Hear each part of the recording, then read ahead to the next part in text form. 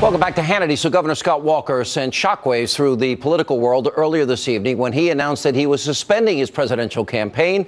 How does this impact the rest of the GOP field? Joining us now, author of The Queen, The Epic Ambition of Hillary, and the Coming of a Second Clinton Era, Hugh Hewitt is back with us. Hugh, good to see you. Before we get to the book, before we get to Walker, I watched the debate. You know how much airtime you had in a 3+ hour debate? Take a guess.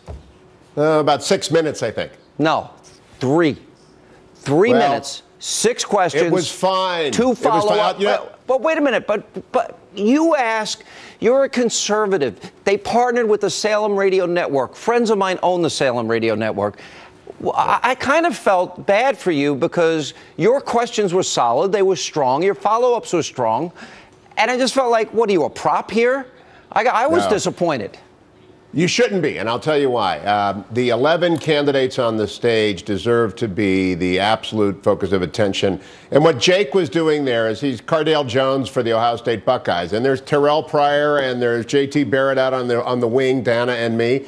And so we got our touches and we got our chances. And in the question development phase, which is very important, it went well. And I like the fact that Jake Tapper had 40 questions. You had 6. Direct questions. I know, but I like the fact that the next day the focus was on the candidates, not on the questioners. And there will be more debates. And as the field shrinks, as it did tonight, there will be more time for the designated conservative. I say I'm now the first, like Ron Bloomberg was the first designated hitter and the first designated conservative. There will be more times and more touches. But I can't take it away from Jake. He did a good job. It was a very solid job. I'm not saying anything against him. I'm just looking at CNN, and I felt like, here, you're the conservative that's on the panel. You're the one that served in the Reagan administration. You asked hard-hitting, fair questions, and I wanted you to be in the mix more, which leads us to Scott Walker. I look at Walker's record. I think the guy would have been a formidable candidate in this race. I talked to him earlier. He said, look, I can't say that we're running a debt as a country and run against that and run a debt in a campaign, which was a solid answer. And you just used the right word. He's a solid, stable guy, as is Tonette Walker, the First Lady of Wisconsin. I'm sure that they took a look at the numbers. And, you know, he doesn't have term limits in Wisconsin. So he can run for a 3rd term. He's a very good governor, very accomplished. He's a very young man. I call him the Harry Potter in the race because everyone keeps killing him off and he keeps coming back from the dead. Scott Walker's got a long and very useful life in American politics ahead, so he gracefully exits stage right. And I look to other candidates now to study that example and say, when have I spent enough time on the stage and the cards aren't falling my way? Listen, because let's be honest here. Lindsey Graham needs to get out of this race. George Pataki needs to get out of the race. And maybe a few others. I won't mention any more names. But to me, it's frustrating. You had 11 people up on that stage. And I felt the questions were too, well, this person said this about you. It was sort of WWE wrestling a little bit. But the candidates did get into substance. I like that part of the debate a lot. I think it was the most foreign policy, national security-centric debate of the last 30 years. And I'm very proud of that we helped shape that. But I will say this. I'm still mad about it, but you're taking this like a guy. I wanted more Hugh Hewitt. That's a compliment.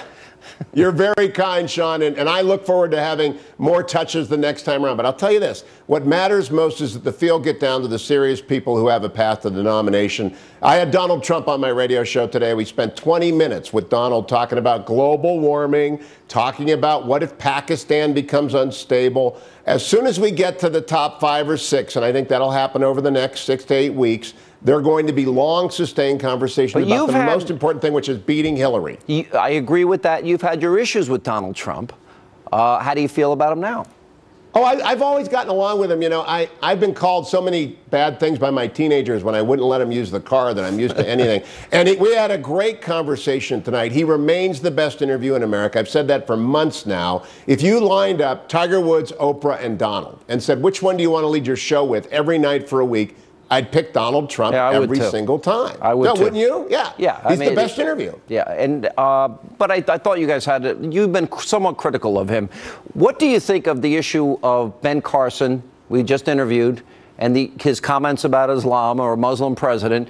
And do you think it was fair for the media to jump on Donald for something that somebody in an audience is asking him, and people called my radio show that were there, were saying that Donald really didn't want to embarrass the guy. Yeah, let me go to the latter question first. I think that was a made-up controversy. I'm not even sure that guy's for real and wasn't a plant. And I also have been in a number of situations where I cannot hear, where I do not know what the question is. And you've been there, too. You don't know quite how to react. That's totally a fake controversy designed to embarrass Donald Trump. As to the religious test, Article 6 of the Constitution says there isn't one.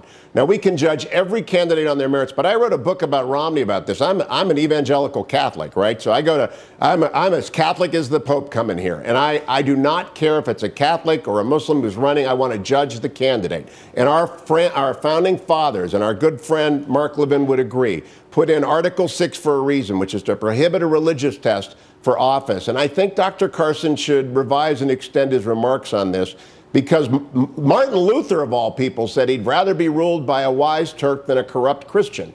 And I go along with that. And I think our framers did not want a religious test for a reason. All right, Hugh Hewitt, good to see you. Thank you, my friend. Good to see you, Sean. Thanks for your kind words. And coming